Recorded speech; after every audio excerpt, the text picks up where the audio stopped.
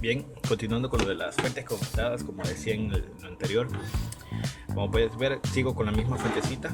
Si puedes ver, pin positivo y pin negativo a la salida, vamos a tener un voltaje constante y ahí ya rectificado y todo, ya es continuo, ya podemos trabajarlo directamente.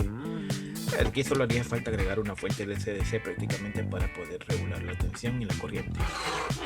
Está esta otra fuente que también es de una impresora sencillita también, que parece que esta me entregaba 18 volts, pero si nosotros nos venimos a los pines de salida, tenemos 3 pines, positivo, negativo, y hay uno que dice CTRL, que sería prácticamente el pin de control. ¿De qué se encarga ese pin? Prácticamente ese pin se encarga de controlar el flujo de corriente que vamos a tener a la salida. Y entonces, cuando el impresor esté encendido, el circuito de control que tiene el impresor envía la información por ese pin para de que la fuente trabaje y genere la corriente necesaria y el voltaje necesario para entregarlo directamente a la impresora. Entonces, ¿qué sucede?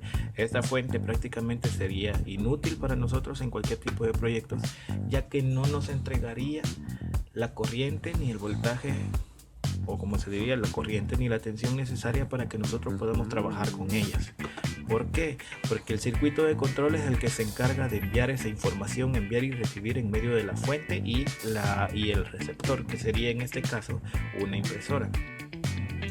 Tengo por ahí otra fuente muchísimo más grande que tiene el mismo problema, que tiene diferentes tensiones, 3.3, 5 volts, 27 volts, 9 volts, y tiene 2 pines, uno de control y uno de programación.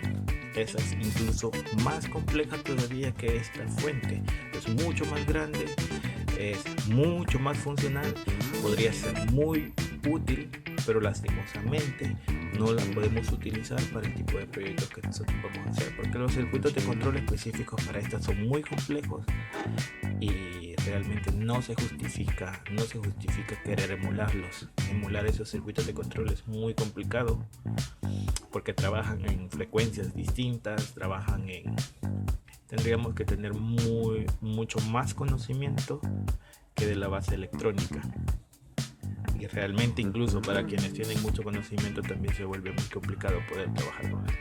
Por eso siempre voy a recomendar este tipo de fuentes, que se puede notar directamente cuando es el pin positivo y cuando es el negativo, y cuando no son útiles. Por ejemplo, estas que tienen 3 pines, por ejemplo, tengo esta que mostraba anteriormente.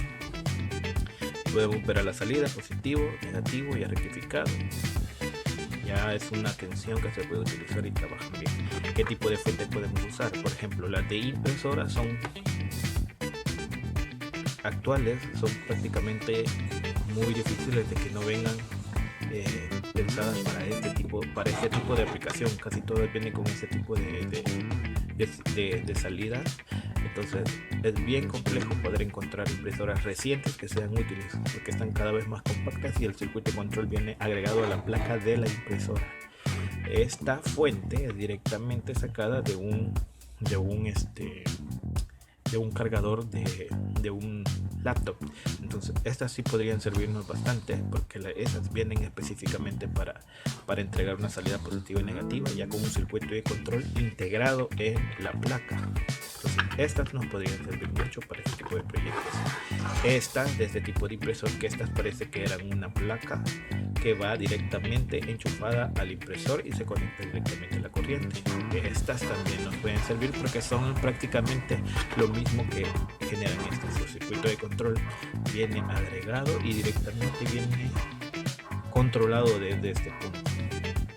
Ahí podemos ver unas pequeñas resistencias que quizás muy pequeñas, no se alcanzan a notar muy bien, que prácticamente eso formarían parte del circuito de control de este tipo de fuentes. Entonces, si queremos trabajar, tenemos que ver específicamente eso. Es uno de los temas de los que nos debemos investigar un poco más, para poder saber si las fuentes son útiles o definitivamente no nos van a servir para los proyectos que nosotros necesitamos.